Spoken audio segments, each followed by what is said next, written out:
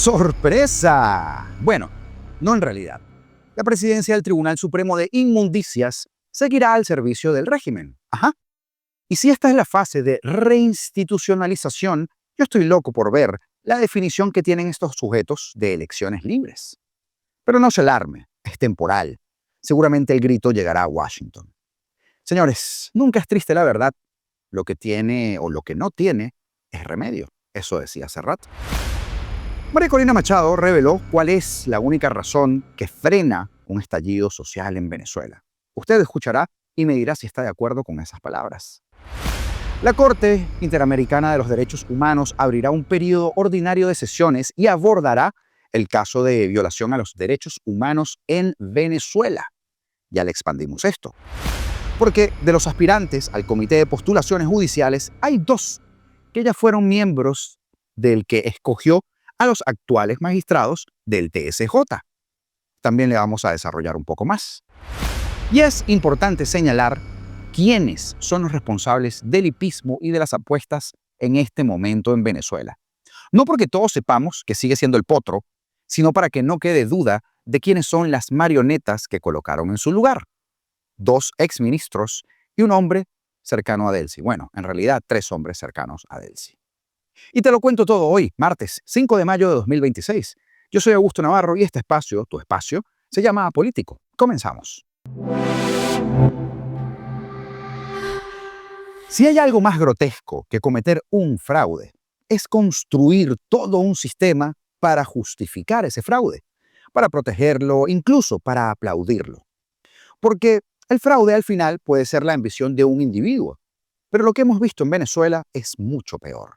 Es una estructura completa diseñada para convalidar las trampas como método de gobierno. Y sí, por supuesto que le hablo del Tribunal Supremo de Inmundicia, ese organismo que debería ser el árbitro y que terminó convertido en la barra brava del poder. Ayer, en una maniobra que ni siquiera ya intenta disimular, se ratifica a Cariclia Rodríguez como presidente del Tribunal Supremo de Inmundicias. Se reorganizan las salas y se nombran magistrados suplentes para tapar los huecos, mientras que el propio chavismo decide quiénes serán los titulares definitivos, siempre leales a ellos. Institucionalidad, no, cero. Esto es simplemente un control de daños, pero sin control, o sea, puro daño. Porque aquí no hay meritocracia, ni la ha habido, no hay independencia, ni la ha habido, ni hay renovación. Lo que hay es un reciclaje de lealtades. Colocan piezas, mueven fichas, reconfiguran salas, pero el objetivo es el mismo de siempre: blindar con decisiones políticas la apariencia judicial. Además, dentro de ese reordenamiento, el mismo Tribunal Supremo de Venezuela mantiene bajo control directo, por ejemplo, la sala electoral, esa que en 2024 validó los resultados ampliamente cuestionados. El robo, es decir, el árbitro del juego es parte del equipo o de uno de los equipos que juega. ¿Cómo queda la cosa? Cariclia Beatriz Rodríguez Rodríguez como presidenta. Elías Rubén Vitar Escalona como primer vicepresidente. Y Tania D'Amelio como segunda vicepresidente. La Sala Constitucional quedó presidida por Tania D'Amelio, con Lourdes Suárez como vicepresidente y también integrada por Michelle Adriana Velázquez Grillet, por Janet Trinidad Córdoba y por Anabel Hernández. La Sala Electoral, atentos aquí, quedó presidida por la propia Cariclia Beatriz Rodríguez Rodríguez. ¡Claro que sí! Con Fanny Beatriz Márquez Cordero como vicepresidente e Inocencio Antonio Figueroa como integrante de esta misma. La Sala Político-Administrativa queda encabezada por Jaime Jesús Báez Jiménez, con Juan Pablo Torres como vicepresidente y con Luis Emilio Rondón como integrante de la misma. La Sala de Casación Civil fue asignada al magistrado Emilio Antonio Ramos González como presidente, también José Luis Gutiérrez Parra como vicepresidente y Jacqueline Sosa como integrante de la misma. Y la Sala de Casación Penal quedó presidida por Carmen Marisela Castro Gili, con Giselle López Quintero como vicepresidente y Eulalia Coromoto Guerrero Rivero como integrante. La Sala de Casación Social también quedó bajo la presidencia de Elías Rubén Vitar Escalona, quien también es, como les dije, vicepresidente del tribunal en pleno, con Eneida Alexandra Moreno Pérez como vicepresidente y Edelio González como integrante de la misma. Señores, todo igual, por mucho azul que ahora vistan. Lo más insultante, por supuesto que no es el movimiento en sí, es la narrativa. Porque, porque mientras reorganizan el tribunal como si fuera un tablero de ajedrez interno, o como si fuera, no sé, un rompecabezas, pretenden venderte esto como la continuidad institucional o un quiebre de paradigmas. Como si el problema fuera un tema administrativo y no realmente estructural. Como si cambiar nombres dentro del mismo esquema corrupto fuera la mágica solución a los problemas de Venezuela. Y no, esto no es justicia, está lejos de serlo. Esto es simplemente logística del fraude. Es simplemente la manera en que esta peste roja concibe un Estado. Y aquí es donde el tema se vuelve incluso más incómodo para ellos mismos.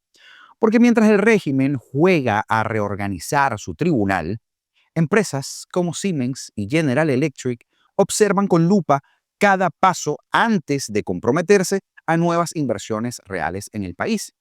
Y terminaron diciendo, como ayer, no lo sé, Rick, parece arriesgado invertir con esa gente. Y no porque sean moralmente superiores a esa gente, tampoco. No tiene nada que ver con esto, sino porque esta gente entiende algo muy básico. No se puede invertir seriamente en un país donde el sistema judicial es un apéndice del poder político. No lo ha dejado de ser. Por eso, no debería sorprender a nadie que haya dudas, que haya frenos y que haya silencio. Porque el problema de fondo no es ni siquiera eléctrico, fíjese lo que le voy a decir, ni tampoco económico, es institucional. Y el chavismo, en su versión más cruda, este del cinismo que intenta sobrevivir al colapso, sigue operando con la misma lógica primitiva. Controlar todo, imponer todo, decidir todo a punta de mandarria. Y por supuesto, esperan resultados distintos. No han evolucionado, han perfeccionado el mismo mecanismo de siempre.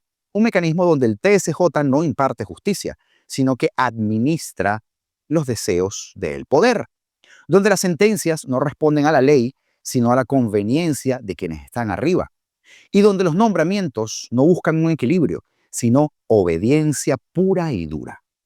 Por eso, esto no es una noticia más, es la grosera confirmación de que el sistema no ha cambiado, no está cambiando y no va a cambiar con esa gente. Simplemente se está reacomodando para seguir siendo lo mismo.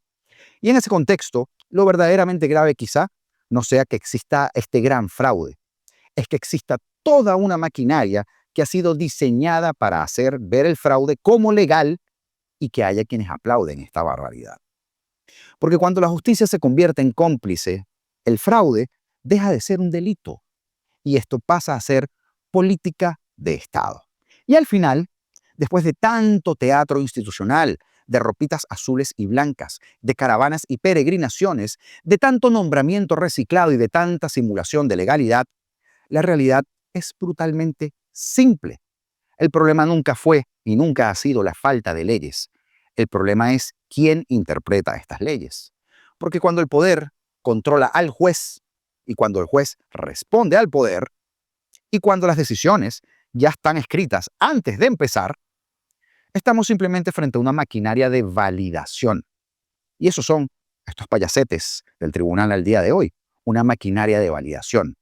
Así que no se confundan, amigos de los Estados Unidos, porque nosotros sí lo tenemos clarito. En Venezuela, el Tribunal Supremo de Inmundicias no está para impartir justicia, no está para equilibrar los poderes, ni está para defender al ciudadano. Claro que no. Eso lo decía el papel solamente. Está para algo mucho más específico y mucho más útil para el régimen. Para no juzgar, sino para certificar fraudes. María Corina Machado afirmó este lunes 4 de mayo durante la Conferencia Global 2026 del Instituto Milken que Venezuela transita un momento fundamental para lograr un cambio democrático en medio de un escenario económico y social que sigue siendo muy adverso. Machado subrayó las oportunidades que este periodo actual que estamos viviendo representa para la reconstrucción del país y también para el resto del hemisferio occidental. Ha dicho en sus propias palabras, estamos en el umbral de la libertad después de casi 30 años de destrucción, devastación, separación y humillación. Asimismo, la dirigente relató que desde el pasado 3 de enero se originó un cambio en la dinámica social que impulsó a los ciudadanos a expresarse nuevamente en las vías públicas. Es como una represa que había sido reprimida y finalmente comienza a fluir, describía en su intervención. La Premio Nobel de la Paz contrastó esta movilización ciudadana con el deterioro progresivo de todas las condiciones de vida y el colapso del poder adquisitivo. Y ha dicho, tenemos al 86% de la población venezolana viviendo en pobreza, para luego agregar que los docentes además devengan un salario de $1 diario y que la inflación anual alcanzó 650% el mes anterior. Pero de igual forma, María Corina advirtió sobre el aumento de las tensiones internas en nuestro país, las cuales se mantienen contenidas, como dice ella, por la expectativa de la población ante una salida institucional. Video que le vamos a colocar doblado al español, porque la entrevista fue en inglés, y que rigurosamente hemos contrastado para asegurarnos la mejor traducción posible. Así nos ha dicho la mayoría de las personas que quieren los videos y así cumplimos. Entonces, después del 3 de enero, se abrió esta ventana de esperanza. Es como una represa que había sido contenida y finalmente comienza a fluir. Y estamos empezando a ver gente saliendo a las calles, alzando la voz y manifestándose. Pero al mismo tiempo, la situación económica está empeorando cada día más. Tenemos al 86% de la población venezolana viviendo en la pobreza. Nuestros niños van 2 veces por semana a las escuelas públicas porque un maestro gana $1 al día. Y la inflación acaba de alcanzar el 650% anual el mes pasado. Entonces, las tensiones que, ya saben, en la superficie, se podría ver todo tranquilo, pero en realidad están creciendo y creciendo. Y la única razón por la que el estallido no ha ocurrido es porque el pueblo venezolano confía en que habrá un evento electoral que canalizará de manera pacífica y cívica el cambio democrático que todos deseamos. ¿Qué me dices? ¿Opinas igual? Déjamelo saber en los comentarios porque quiero leerte. Pero es que en la misma participación habló de un periodo de no mayor a 12 meses para organizar las elecciones, lo cual ha sido un tema central o quizá uno de los temas más importantes en la conversación social de nuestro país. Un tema que, por supuesto, con las recientes dudas de Siemens y de General Electric de invertir en nuestro país, van a tener que colocar muy prioritario o como muy prioritario en la agenda de los Estados Unidos para Venezuela. ¿Por qué? Porque, amigos del norte, habló don dinero. La Corte Interamericana de los Derechos Humanos inauguró este lunes en Panamá su periodo número 189 ordinario de sesiones para celebrar a lo largo de esta semana 3 audiencias relacionadas con casos de Guatemala, Argentina y Venezuela. Por supuesto, no podría faltar. La celebración de estos periodos de sesiones fuera de la sede, esta vez en San José de Costa Rica, constituye una práctica revestida de un profundo significado y de trascendencia para este tribunal. Esas han sido las palabras del presidente de la Corte, el brasileño Rodrigo Mudrovich, durante un acto oficial en la sede del Ministerio de Gobierno de Panamá. Y continuó. Más que un puente institucional tendido entre la Corte y el país anfitrión, representa un momento de fecundo diálogo con la comunidad jurídica local, de difusión de las actividades del sistema interamericano y de acercamiento con la sociedad, algo que de verdad luce muy bonito y muy altruista. Desde este lunes hasta el próximo viernes, la Corte sesionará en el Parlamento Latinoamericano, en el Parlatino, en las afueras de Ciudad de Panamá. 3 audiencias públicas estarán programadas para casos de fondo, un seminario académico que estará abierto al público y algunas reuniones protocolarias con autoridades nacionales, según la información oficial de esta organización. La primera audiencia se realizará hoy martes y el miércoles con el caso HOVT y otros versus Guatemala, pues la Comisión Interamericana de Derechos Humanos, primer organismo que recibe los casos para luego trasladar a su corte, señaló que había un presunto acoso de tipo sexual, policial de Guatemala contra Claudia Torres y además brutales represalias contra su familia, como torturas, detenciones arbitrarias y el asesinato de su hijo de 13 años. Un caso horroroso documentado por la Corte. La segunda se llevará a cabo el próximo miércoles y el jueves sobre el caso Chirinos, Salamanca y otros versus Venezuela, caso en el que 14 policías municipales de Chacao, de nuestro país, habrían sido víctimas de detenciones arbitrarias y de torturas entre 2016 y 2018. No hay sorpresa para nadie, ¿verdad? La última de estas audiencias será el caso Martino versus Argentina, a realizar su audiencia el próximo jueves y viernes para analizar si el Estado argentino habría abandonado a Rosa Martino en un instituto geriátrico donde estuvo internada entre 2005 y 2006 a causa de su diagnóstico de demencia de tipo Alzheimer con antecedente de deterioro cognitivo progresivo. Este periodo de sesiones de la Corte Interamericana de los Derechos Humanos se celebra meses previos a la Asamblea General de la Organización de los Estados Americanos, coincidiendo además con el bicentenario del Congreso Anfitriónico de Panamá, realizado en 1826 por Simón Bolívar en la actual sede de la Cancillería panameña para abordar la posible unificación de Latinoamérica frente a la amenaza colonial de Europa y Estados Unidos. El manual del día de hoy, el enemigo externo, ya usted sabe. No es casual que ese periodo de sesiones de la Corte Interamericana se celebre aquí, en el año en que Panamá conmemora el bicentenario del Congreso Anfitriónico, el primer esfuerzo deliberado para construir una confederación de repúblicas hispanoamericanas y un nuevo orden internacional que esté basado en el derecho, señalaba Mudrovich en esa intervención. Ya veremos qué sale de este caso en contra de Venezuela. Pausa cortita para recordarles que creamos este canal de difusión de WhatsApp, ya que muchos de ustedes nos habían dicho constantemente o nos siguen diciendo que no le llegan las notificaciones de cuando sacábamos nuevos videos. Así que te invito a que formes parte de este canal de difusión de WhatsApp, que por allí vamos a estarle avisando a toda la comunidad cuando en este canal sacamos un nuevo video, cuando vamos en vivo como los lunes, miércoles y viernes en nuestro segundo canal Apolítico Live o cuando hagamos directos en República como esta tarde-noche, con un invitado de lujo además, se va a sorprender. Así que gracias por ser parte de esa comunidad, únete a nuestro canal de difusión. El link te lo voy a dejar fijado en la caja de comentarios y usted lo debería ver como el primer comentario de todos. Y no olvides, que no te lo dije al principio, dejar tu like en este video. Continuamos. Dos de los aspirantes a integrar el nuevo Comité de Postulaciones Judiciales de la Asamblea Nacional, que se va a encargar, entre otras cosas, de evaluar los nombres de los magistrados al Tribunal Supremo de Inmundicias, adivinen qué. Ya fueron miembros del comité que en el año 2022 escogió a los actuales jueces. Sí, yo sé que se lo dije en la entrada del video. Se trata de Mercedes Gutiérrez Muñoz y de Henry Hatman Yavar, quienes integraron el comité que se designó hace 4 años cuando el Parlamento ilegalmente reformó la ley orgánica del TCJ para reducir el número de magistrados de 32 a 20 miembros. ¿Para qué tener el control repartido en tantas cabezas? Vamos a ponerlo aquí cortico y al pie, ¿verdad?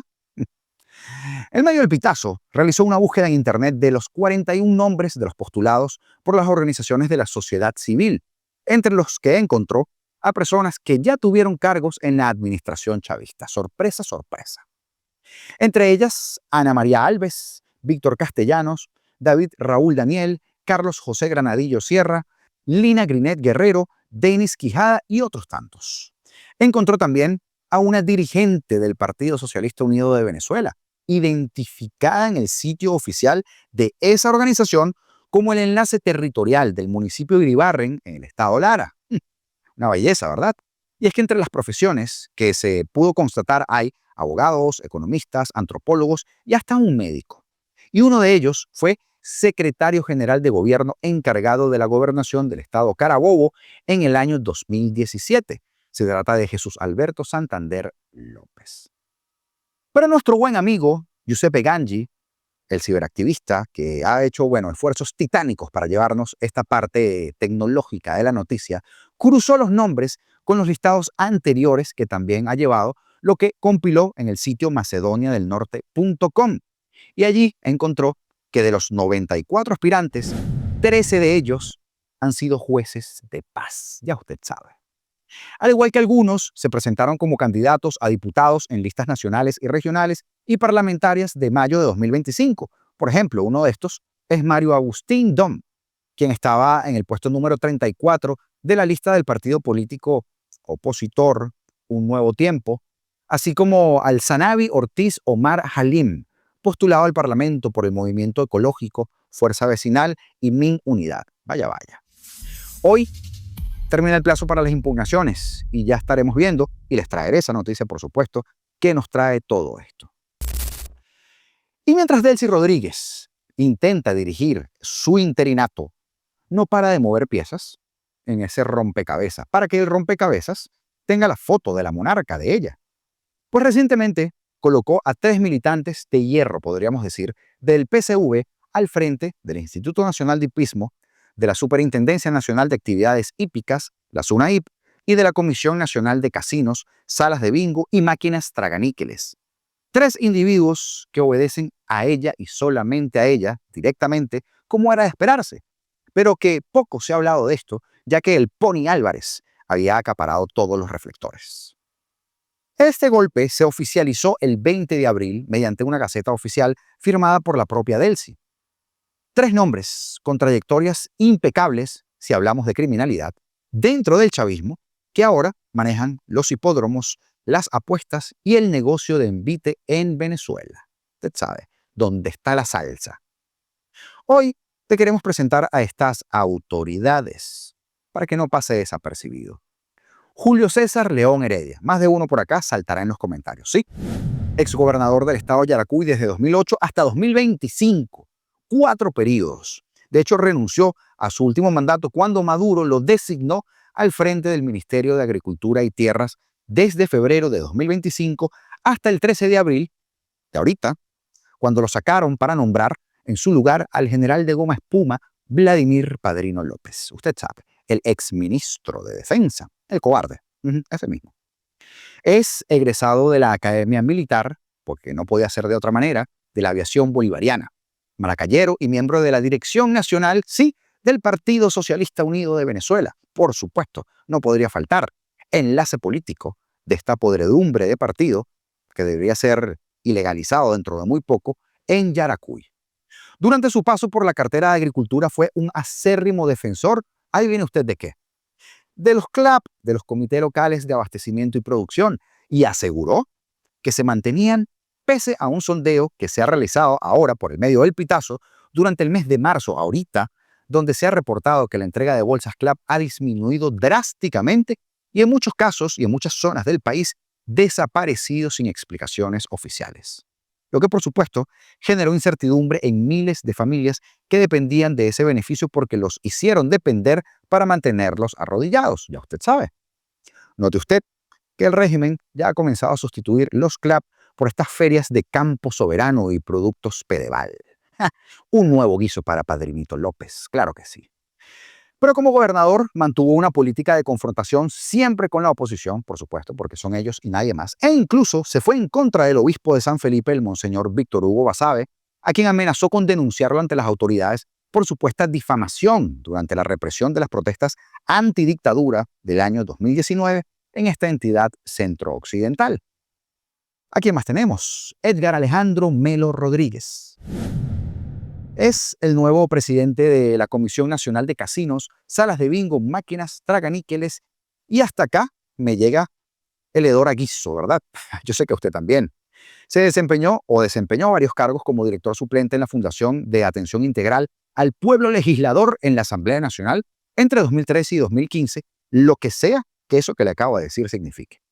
Después pasó a la dirección de la Oficina de Tecnologías de la Información y de la Comunicación, también en el Poder Legislativo bajo el control chavista, como no puede ser de otra manera. En el año 2023 fue director del Consejo Directivo del Servicio Especializado para la Administración y Enajenación, escuche bien, de bienes asegurados o incautados, decomisados y confiscados, adscrito a la Vicepresidencia de la República, por lo que ya usted debe entender que trabajó mano a mano con Delcy Rodríguez en lo mismo. ¿En qué? Robando. Claro que sí.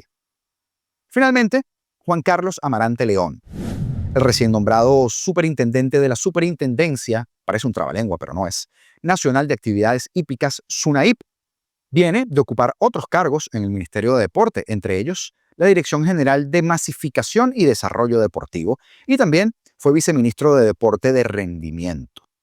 ¡Wow! ¡Qué importante! Desde el año 2020 ejerce como presidente del Instituto Nacional de Deportes, el IND, por decreto presidencial, cargo que ocuparía entre septiembre del año mencionado hasta 2024. Después, en 2025 fue director de Educación Física y de Deporte Escolar del Instituto Nacional de Deporte y luego regresó como viceministro de Masificación Deportiva del Ministerio del Poder Popular para el Deporte. También, usted se lo debe imaginar, se define como militante del Partido Socialista Unido de Venezuela, el bodrio del PSUV, y tiene el mismo objetivo que tiene cada rojo y que cada rojo ha puesto en práctica: enriquecerse a manos llenas mientras le dura el cargo. Y eso es todo. Basado en lo que tú miras, en lo que comentas, con lo que interactúas o con lo que disfrutas, YouTube nutre su algoritmo de una manera tal que dicen que te conocen muy bien. Y si tú en este momento haces clic aquí, este video tiene información que te va a interesar, lo dice YouTube. Así que te invito a verlo y también te invito a que nos veas esta noche en directo en nuestro otro canal, La República, con Melanio Escobar, mi hermanazo. Desde las 7 de la noche pasaremos lista, así que no faltes. Libertad o nada, porque seremos libres.